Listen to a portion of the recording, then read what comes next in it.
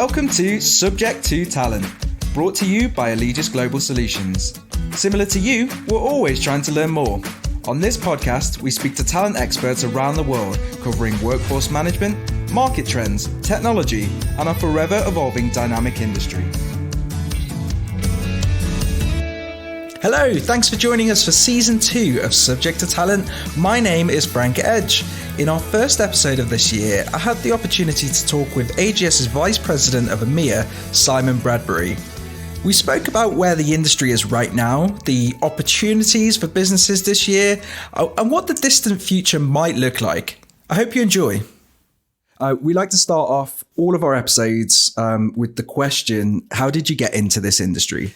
Well, yeah, that's very interesting. I think like so many people, I got into it by accident. So I never had any great plan that I was going to have a career in recruitment or anything like that. I went to university in London. I went to London School of Economics, and I decided that when I graduated, which was in 1992, that what I would do is I'd go and work in an investment bank, which is what people from LSE generally do as a stereotype. And so I went to a recruitment agency to get me a job. And I thought, wow, guys, aren't you lucky? You have an LSE graduate here. How do you feel about that? And they very quickly said to me, you don't want to work in a bank. What you want to do is work here, which was absolutely news to me at the time. And so I thought, well, okay, I want to live in London. And it wasn't a great time economically. So I thought, well, I'll do that. And took the job, and I thought I'll do it for 6 months and then I'll get a proper job. But at least I'll be here, based in London. And that was with a company called Hayes, and I was there for 18 years. That's how I got into it. And in fact, one little side story on that is that the guy who hired me, who had that interview with me and hired me, basically still works in not the same physical building, but still works in the same company, doing the same desk. He's been there, I think, 33 years, and he's still a fee earning consultant. So he's pretty much unique, and he's a good friend. So that's my story of how I managed to enter into recruitment. I did work in the kind of the staffing agency side initially, but after probably about 4 years, I got into the outsourcing market, and I've pretty much been in outsourcing ever since. That's incredible. And did your background, your studies, did that change the way that you maybe approach things, or did that make it different compared to other people? That's a great question. I've never really quite thought about it. I think that I would say that largely the answer to that is no. I think that I'd actually tempt for the agency in the summer, so that's kind of, I knew a few people there, but from an educational perspective, I don't think that the only thing that it helped me with was that I started in investment banking recruitment on the agency side, and I was fortunate in the sense that the market was so good that you could be really rubbish and still make money, and I don't think I was the world's best recruitment consultant by any stretch of the imagination, but all of the kind of terminology around what makes an investment bank work, back office, front office, what's an equity, what's a loan, all these, what's a derivative, all that kind of stuff. I knew all that. And so I used to run investment banking terminology sessions, even for people much more senior than me. And I think that got me noticed a bit, probably, because I was doing a bit beyond just filling jobs and being a salesperson, and that probably gave me the first step on the kind of ladder of management or whatever that might be. So I think probably that aspect it was definitely beneficial, but other than that, in those very early days, it was really about being a successful recruiter and filling jobs. Right. And from that, you say that was your first step onto ladder. What is that side of your role? Because I know you've been around and you've worked for a few different organizations in leadership roles. What's brought you to this point right now? So in terms of what's brought me to AGS, I 100% wanted to have autonomy, and I was so impressed by AGS's long-term view in terms of investing in strategically important projects, technologies, acquisitions. And I appreciate that you don't by accident suddenly start having, cool tools like Acumen or quantum work. This is something that someone's had an idea on, it's been incubated, it's been backed by leadership. You've then gone and made it happen. And it felt to me, this was just like the right sort of place. And in terms of coming to AGS in particular, also culturally, it was just that it was a fit. I've obviously come here via a number of steps. Worked for, as I mentioned Hayes for a long time in different roles. I worked in sales. I really enjoyed sales. I really enjoy the hurly-burly of a bid. It's not particularly because I love winning. I'm just a terrible loser. And the fear of losing is so awful for me that it drives me to do anything I can to win, which sounds really perverse, but that's just the way my inner workings of my brain are. And I did fall out of love with recruitment for a period of time, left the industry, went and worked at Deloitte in HR transformation as a consultant, an HR consultant. And within a year realized that I really missed it. And I wanted the culture and the hurly-burly that is recruitment outsourcing. And so came back and took the opportunity to go and work overseas. So I lived overseas for 7 years. I lived in Asia, based in Singapore, but covering the whole region, and that was amazing. And no doubt about it, it was a conscious decision. I'd never thought about working and living overseas until that moment came, and then when that moment came, it just felt right. And again, I know this isn't a session where I should be sitting on a couch and you should be helping me, Frank, but just in terms of the way my mind was, even that moment when I decided that I was going to go and take a role and launch a recruitment outsourcing business in Asia from nothing, the real motivation for me was that I didn't want someone else to do it. I thought if I don't do it in 5 years' time, I'm going to look at whoever does do it and think that should have been me. And again, that was kind of the inner workings of my mind. That's what made me go and do it. So that was why I went and did that. So it's been a circuitous and convoluted route to get to where I am today. But I have to say that the number one thing above anything else is that I've really, really enjoyed it. I've been really fortunate, and I'm thoroughly enjoying what I'm doing right now. I think if you can have that in a job, it's perfect, right? That's great to hear. I'm lucky. You're absolutely right, but I'm lucky from that perspective. So you have this, you have this diverse background. You've moved around. You've worked in different areas of the world, and you've got pretty extensive experience. When it comes to talent and workforce management, are there lessons to be learned from different parts of the world? Could we learn from different regions? Yeah, that's a great question. I think the first thing to say is that Europe is more similar to North America, or they're more similar to one another in my experience, than either of them are to Asia.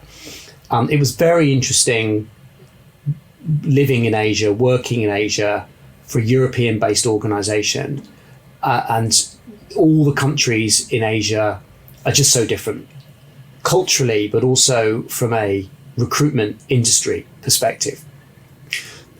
Japan is completely different to Singapore, which is completely different to India, which is completely different to China, which is completely different to Australia, which is completely different to Malaysia, which is completely different to Korea. And it'd be very easy to go, oh, Asia, in inverted commas, but you are literally dealing with countries that are completely diverse from one another, have their own histories. And those, in my experience, those histories are more diverse than Europe even. Different countries in Europe. And also the recruitment industry itself is very different because it's far more regulated. And I lived in Singapore. To give you an example, in Singapore, recruitment is more regulated, or as regulated as financial advisory services are. You cannot do any recruitment at all unless you have passed an exam. And you cannot run a recruitment business unless you've passed a higher level exam called a key appointment holder. So that was the first academic exam I did since university when I went to do that. And there are very severe penalties for, it's very, very easy to go to prison for getting something wrong in recruitment in Asia, particularly in Singapore. It is not very easy to go to prison for doing something wrong in recruitment in either the US or the UK, just as examples. And one other thing I would say is that one of the countries that I covered was the Philippines. I have it on good authority, although I'm not a lawyer, that if you breach employment recruitment agency legislation in the Philippines, you have a maximum penalty of 18 years without the opportunity for parole. And the penalty for murder is 18 years, but with the opportunity for parole. So actually it's treated more severely for breaching recruitment licensing operations than it is actually for murder. I hope I've got that particularly right. But my point is, you just can't go in assuming, you can't go to Asia assuming that the way that you do things in other parts of the world is just going to fly. It really isn't. And that would be my number one point, is that you really need to think about things from a localized perspective. It was a wonderful experience doing that for a number of years. And I thoroughly, one thing I would say is to anyone that's listening to this, if you get the opportunity to go and work overseas, think very, very carefully before you turn it down, because it almost, no matter what stage, when I was 40, when I got the opportunity to go and work overseas, and it had never crossed my mind before, but even after the first year or two were really, really hard, because we were setting something up from scratch, and it's very hard to convince people to work with you, convince clients. But even at that point, even there were moments when I wasn't certain it was going to work, and it did work out brilliantly in the end. But even at those points, I thought, I'm never going to look at this as a mistake, because this is an amazing experience. I've expanded my experience and my view. So that's one thing I'd say to anyone that's listening. I'm not saying that every overseas opportunity is going to be right, but I would suggest it's far more likely that you'll regret things that you don't do than things that you do. That's a good takeaway. I want to talk about 2020. It was definitely not what we planned. I think I can safely say that, but I want to ask you, what did you learn from the year? And how did you see the market react? What kind of stood out to you?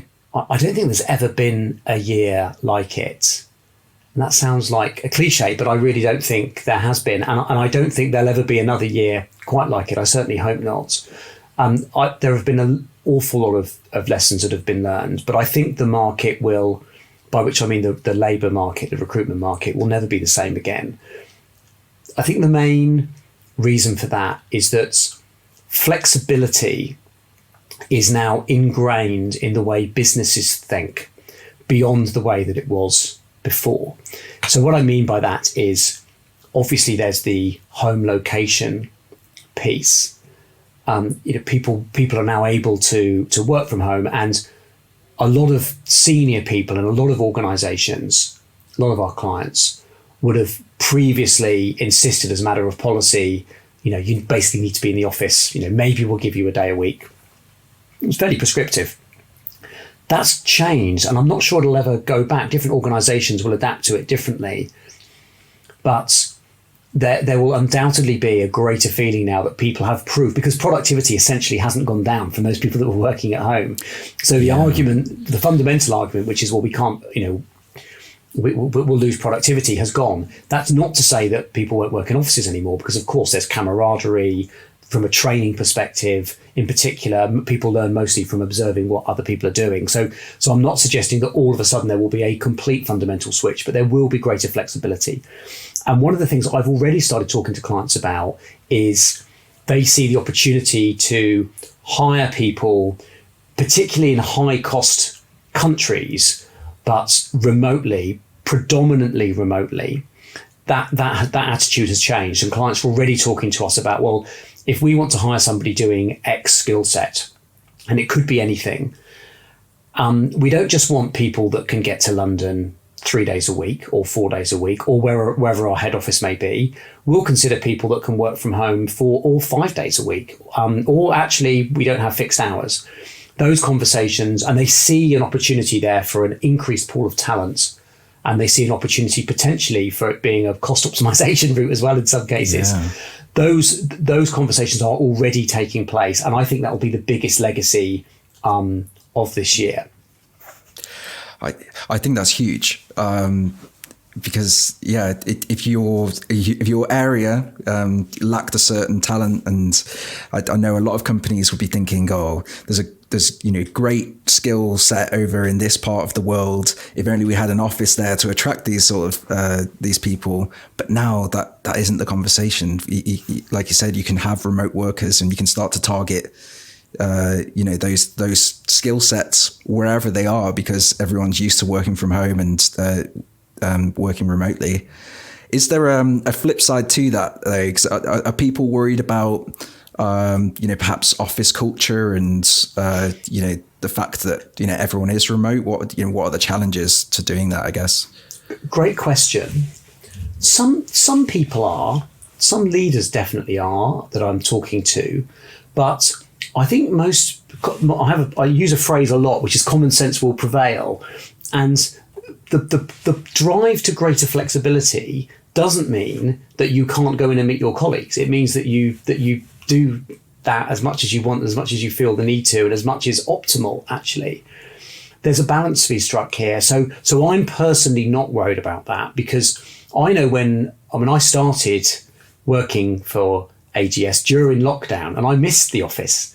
So I was keen to get into the office because I wanted to meet people and speak to people. I know that it's not really practical, but other people did too. And there was one day when we said, actually, a few of us are going to be in, and lots of people turned up, and we had social distancing and all that kind of thing. But I think because people do crave that, there's not going to be any barriers to that. I think the bigger challenge will be trying to train and develop people. We know that 70% of training and learning takes place really from observation and just working with colleagues and observing in particular. I think that's the bigger thing for me, to make sure that we don't see a drop off in how people develop because there's a lower opportunity to observe more experienced or more senior colleagues. So I think that there's that. Otherwise, I think it'll figure itself out. And I don't think we should be too prescriptive as organisations as to exactly what that looks like. That makes sense. I want to talk about technology. In 2020, it kind of played a big part. And I want to kind of ask, how has technology shifted the industry? Or maybe it's the other way around. Maybe it's how has the industry shifted technology? I think the big change in recruitment as an industry overall has been technology, and it has been happening over the last probably 6 or 7 years. I don't think recruitment changed that much for probably the 25 years leading up to that. And then all of a sudden we've seen, new technology after new technology. In fact, globally over the last 5 years, there's been about one new technology launched somewhere in the world that's been either recruitment specific or it's got a very, clear application for recruitment. But given that, I don't think that it's changed the industry enough. I think that the amount that we've actually seen technology deployed and truly change things has been significant, but not as significant as it should have been. I mean, of course, everyone, the applications are online, but you still see the majority of organisations wanting a CV. Yes, we've seen people being able to work remotely because of the accessibility of not just good in internet, being able to work remotely and talk to people remotely, but active video calls, which means that you can see people's reactions, you can talk in real time without a delay. All of that kind of comes without saying. What I would say though is that I think there has been a gap whereby lots of tools are not. There's lots of chopping and changing. So some tools come and go. Some tools come. They've got clear applications for. And pick an area of recruitment for assessment or for video interviewing or for assisting in writing advertisements, and I could go on. But what happens is the really success, the financing model for these tools, for technologies, tends to be they become successful, then they become really expensive, then they die off a bit because they don't get adopted quite as widely. And I don't think either the funding model for either organisations or for outsourcing providers such as ourselves has really truly worked well enough to see the real value from all of these tools. So there was a survey recently that I saw with HR Grapevine, where the number one challenge that was being highlighted by clients was deployment of technology. And this was a 2020 survey, and I thought, well, that's really surprising. I can understand in 2015 or 2016 that might be the case, but I think the reality is that some tools are coming in, and how well are they really being fully utilized? So I think that there have been significant changes, but I don't think those changes have been as pronounced as they should have been. And I think the real challenge for the next couple of years, and in particular, I think that falls at the feet of organizations such as AGS, is how do we make sure that the tools that are there are actually being deployed and used properly and effectively, rather than coming up with ever new tools. It's about an effectiveness of use. And I think that's really the role of technology interplaying with recruitment for the next year. Yeah. Would you say that, I mean, previously it's perhaps innovation for innovation's sake, but recently, we're starting to get to grips with, what actually do we need? This is the challenge, and this is the technology to actually get us to the solution of that challenge. I think that's I think that's a really good way of summarizing it. I think to say that I don't think that anyone that's created a technology would be thinking that it is innovation for innovation's sake or technology for technology's sake. They've always got a fundamental principle and need at the heart of what's being done. I think that the challenge is that the tools have to interplay in a broader ecosystem, and sometimes things which look really cool and really great don't have the most practical applications. And so I think that there have been occasions when that's been the case. But even so, there are undoubtedly areas of recruitment which are now commonplace, which wouldn't have been a few years ago. And submitting a kind of video summary of yourself is definitely one of them. Having interviews by video, well, COVID's completely solved that, because that is absolutely the norm. So yep. I think that there have definitely been significant changes, but not as much as I would have liked to have seen. Yeah. And it's interesting on the video interviews, because I think that was maybe a culture thing as well, like where culture has to catch up with being comfortable with doing that sort of thing. People last year, maybe scared of video, but now you have to do it. And, everyone's got used to it because it's the way we've been communicating. And, we're living much more in a virtual world than we ever were. So perhaps the uptake of these technologies by people and is a lot better because of that. It's absolutely second nature. And actually in my world, and I often am involved in delivering a presentation to a client about our services, a pitch essentially. And I remember thinking for the first one of those, because when COVID hit, there were none. There was 3 months when everything sort of stopped. And then we started having, presentations and pitches come in where we would be presenting virtually. And I thought, well, this is going to be really interesting. And as soon as you've done the first one, it's second nature. And in fact, there are some real benefits, because you can use your own. You don't need to worry about sending over a presentation in advance. You can have more people. So one of the biggest benefits actually of that I've observed is that you've been able to have a greater number of people, and therefore the SMEs for a particular subject matter have always been there to talk about what they will personally do, rather than having a smaller number of maybe salespeople or leaders talking more broadly about areas they're not truly experts in. And I think it's actually been a real benefit. That's great. I know the dust hasn't quite settled yet, but do you have any predictions for 2021? Okay, so I think that one I would probably like to focus on, I do think it'll be a year of change, and I'm not going to go over the ground we've covered in terms of working patterns and so on, but I think that that's part of it. I think from a recruitment outsourcing perspective, I think that there will be two primary changes. I think, first of all, for non-permanent workers, you will see an increasing propensity for all non-permanent workers to be taken together in one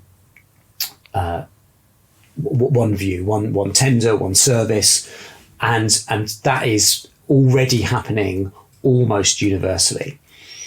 But I think that the biggest single change that's going to hit the industry, and let's see if this turns out to be true or not, is that I think it's been a year of reckoning for permanent recruitment outsourcing, what we call RPO. I actually personally don't like the phrase RPO because I think that RPO, so the P in RPO stands for process.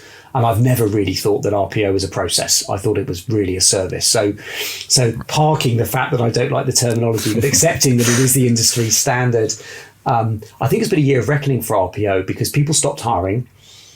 And on the back of, there were undoubtedly some organizations, there was a bit of a trend for organizations to in-house. And I think the industry is hurt. I think RPO has found it a really hard year globally. And I think there will be a regeneration of RPO, a rethink of what the services are. And I think all RPO providers will be asking them, what value do we really add? In particular, what do we do for clients that clients can't do for themselves?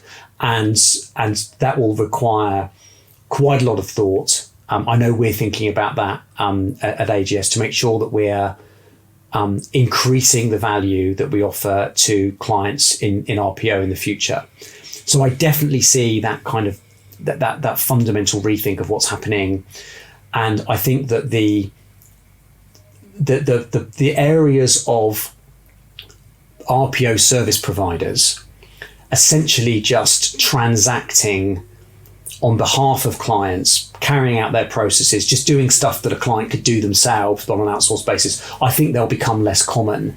Whereas actually at the moment, they're the most common version of RPO. So I think that the RPO providers to survive and clients are going to be looking for more significant value add differentiated services, or else I don't think they'll bother. So I think that'll be the biggest change. And let's see if that pans out to be the case or not. Okay, that's cool. So Total Talent, it's been lingering in the industry for a while now. Are you seeing the market get closer to it? So I don't like to answer questions with a question, but what is Total Talent? And I'm not necessarily going to force you to ask that because it's a bit of a rhetorical question. But I think the problem with Total Talent was that there was no definition of what that meant. So I know people that would regard Total Talent as, well, you've outsourced your MSP and RPO and you've given them to the same provider. That equals Total Talent. I know people that would say, well, we share candidates across non-permanent and permanent, or we consider non-permanent candidates for permanent. That's Total Talent. I know procurement people that think, well, we get our providers the same. That means it gives us an opportunity for cost saving because we can, there's economies of scale. But I don't think for me, I don't think any of those things are where the market's going. So let me park terminology because I actually wouldn't use the phrase Total Talent to talk about where the market is going, partly because I think it's undefined. It's kind of come and gone a bit. But also the word talent to me specifically refers to, or is more commonly used to talk about permanent staff. And I don't think Total Talent is there to talk about permanent staff. I think it's there to talk about everyone. So let me flip it round and look at what does a hiring manager see or a business leader. What they see is they need to get stuff done. They need to get work done. And they need resources and people to get that work done. And what they want to see is they know they need a workforce for that. They don't really mind where that workforce comes from in the vast majority of cases. It could be permanent, it could be external, it could be internal. It could be a contingent worker, temp. It could be someone under a statement of work or a series of people under a statement of work. It could be from a Big Four consultancy. But they just want to know what's the best way of getting it done. And if I think about how, as a business leader, I get other things achieved in my organization, if I want to go get something done with HR, I go to my HR business partner. If I go to procurement, I go to, want to buy something, often I would go to my procurement partner. Legal, I go to legal. But when it comes to bringing in talent, I've got somebody that deals with permanent recruitment that faces off to me. I've got somebody that deals with non-permanent recruitment. If I want someone under consultancy services, I might go directly, or I might go to my procurement person. If it's graduates I need, well, that might be someone new, separate, who works in campus. And if it's internal, well, is that the same person, or is that not?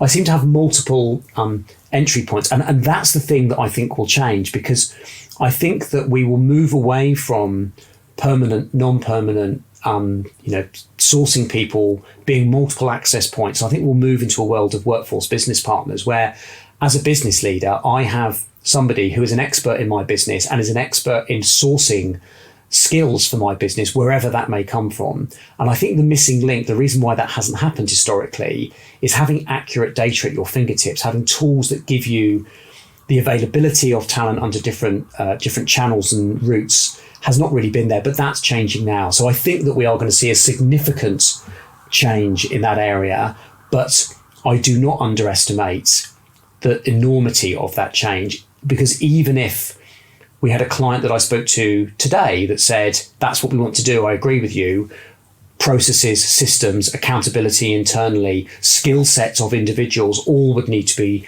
looked at. So this is something which is a 1-2 at least year project for us to get there. But I firmly believe that the successor of Total Talent will be what I refer to as the workforce model. It'll be epitomized by having workforce business partners rather than multiple people facing off to individual business leaders. It is an inevitable consequence of having better access to data. It'll take us a period of time to get there. It makes sense, though. It makes sense, because the alternative, or what we have right now, is that hiring manager or whoever wants to get the work done, they're making those decisions themselves, right? And they're saying, okay, I've got this problem, I'm going to go to permanent. And that's not entirely reliable unless you're training all those people and to make that decision, which doesn't sound sustainable either. That the model that it's not the most optimized thing. It's not gonna work as well as what you just explained to me. But I guess we're so buried underneath the processes that we have and got used to that way of working that it's one of those things that's going to take a while to get there, right? Yeah, I agree. And as you say, I was talking to a senior hiring manager at one of our clients yesterday, and they said to me, the biggest frustration I have is that I need to make a decision about whether I'm going to hire permanently or non-permanently. That's the first thing I have to do. And I don't know the answer to that. So when are you going to fix that? Yeah. And I don't think that individual will be alone in thinking that. So I think that is coming, but it is when I said about the enormity of internal structures, just to bring that to life, as a minimum, you'd be saying consultants under statement of work, contractors under like MSP type services, and permanent recruitment, permanent external recruitment would all be managed collectively, because they're all forms of external hire. While in most organizations, they're owned by at least 2, if not 3 different areas of the business. So how do we figure that out? So that's just the first thing you thought of before you even get into systems and data access and talent markets and that geographies that we were talking about earlier. Which location? Well, actually, a hiring manager says, I want to hire this person in the UK. Well, they might be based in London. Well, could I hire them in Devon or Newcastle or continental Europe or India? There's all those sorts of things. So there's a lot of change coming. I do think the tools are going to make it possible. I don't think it'll be overnight. Yeah. Okay. I wanted to ask you a question, but I think we might have covered some of it. So maybe just fill in the blanks. I wanted to talk about the workforce of the future and, what that will look like in the long term. Have we said it, or is there something missing? Yeah, I think we have talked about the workforce in the future already to a certain extent. It will be more flexible. There will definitely be, I think, a higher proportion of people, in my opinion, who will be on non-permanent contracts, not because big bad companies force them down that path, because I think that's what they want, and there'll certainly be a greater proportion of people who'll be able to work remotely and might work in an office, a couple of days a week as they needed to. But by flexibility, that might mean that you work, I think we'll move away from this kind of 1 or 2 days a week, whatever it might be, and move towards, well, actually you might do 15 days straight if you need to in an office, and then you might do 3 weeks when you don't turn up at all. It'll be more locate as appropriate. The other thing that I have definitely seen, and this is back into the realms of predictions, and I it's a personal point of view. I've no idea whether this bit's going to be right or not, but I think that we've observed over the last few years that there has been an increasing percentage of hiring carried out internally, but up until this year, the majority of that internal hiring was permanent hiring, as in I moved from one role to another role. What we've observed in 2020 is some organisations, not all, have really flipped into a world where there's a flexibility around internal hiring, and that could be secondments, or that could be a kind of gig approach whereby it might be maybe 20% of someone's time. So they appreciated, they wanted to keep their workforce for the future. They wanted to keep people engaged. And as opportunities came up, or as work was required to be done, I spoke to one organisation that said, well, we worked on a 20% basis. If any hiring manager needed 1 day a week of someone's time, they posted that internally, and then people could apply because people had a bit of spare capacity. It was a roaring success. Another organisation said, well, we worked on a 3-month basis, whereby we said, well, if you can borrow someone for 3 months. And crucially, they said to the hiring manager that was looking for the resource internally, you don't have to pay for them for that period of time. They'll cost, and it made people go, oh, that's really interesting, because I can think of that. I can solve it, get someone internally. And of course, it was great for staff. So I do think there'll be an internal gig economy within organisations will become much more prevalent and standard than we've seen historically. I like that. Yeah. I think you're going to need visibility of your entire workforce for that, right? And the skills and but if you had that and you could see where the gaps are and have a holistic view and you drop and drag and that's pretty exciting. I agree, and that comes back to my point about some of this stuff that I've been talking about. There are tools that make it possible, and one of the reasons why we haven't got there in the past is that tools haven't made it easy. And I think that those kind of tools are now there. There are definitely internal recruitment tools that are far better than they used to be, like internal engagement tools, and without too much tweaking, you can pretty much everybody has internal accessibility tools, so people can apply if you post something. And most people have CRM, candidate relation management type systems that enable you to store skills and individuals. You've just got to flip that so it's looking at your internal people and people can self-populate. So I make it sound easier than it is in reality, but if you really want to do it and if the benefits are there, then I think it can happen, and I do believe that it will happen far more than it's happened in the past. Love it. Final question. Is there anything else that you'd hope for the future of our industry? Well, great question. I would regard myself as kind of an optimist, I suppose, full stop. But even acknowledging that, I'm wildly optimistic about the future of our industry. I feel that we've had to have a real think this year about what do we do. And I think that the question has switched from how do we compete against other competitor firms, how do we compare against our competition, to what are we doing that our clients really need? What services are we doing that they can't do for themselves, which is a completely different question. And I think that is central to our future as an industry, because we need to really challenge ourselves to do things better than our clients, to use our areas of expertise, and to recognise that we really have that expertise. So we are experts in how do you hire people, how do you find talent in non-permanent, permanent markets, in different markets around the world. We are experts in technologies and how you utilise them. we are experts in all sorts of, how do you hire people internally, and how do we implement technologies? What technologies are best and for what reasons? And I think that because of that, we've perhaps been a little focused on the transactional elements of our services in the past, and we've realised that we can offer services, advisory services, because we're such experts, and really our clients want that, and we need to make sure that we're delivering that. So I really see that we are able to acknowledge, but both as AGS but also as an industry, acknowledge the skills that we've got, acknowledge that expertise that we have, make sure that we are deploying that to our clients globally, making sure that we're being explicit about the benefits and the clients are seeing that. And I think as we do that, and I think we've got another year of making sure that we're clear and can articulate all of that properly.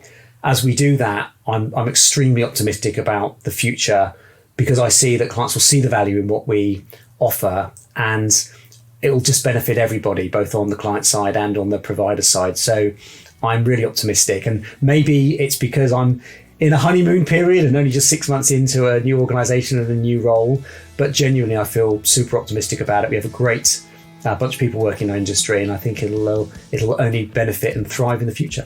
Simon, that's fantastic. Thank you very much for your time. I've really enjoyed this conversation. Yeah, Frank, thank you for the opportunity. It's been great to talk to you. Really appreciate it. Thanks to Simon for being on our first episode of the season, and thanks to you for joining us. If you'd like to learn more about AGS, please visit allegis-global-solutions.com. And if you have any questions for Simon, please tweet us at Allegis-Global with the hashtag #SubjectToTalent. Also, you can email us at subjecttotalent@allegis-global-solutions.com.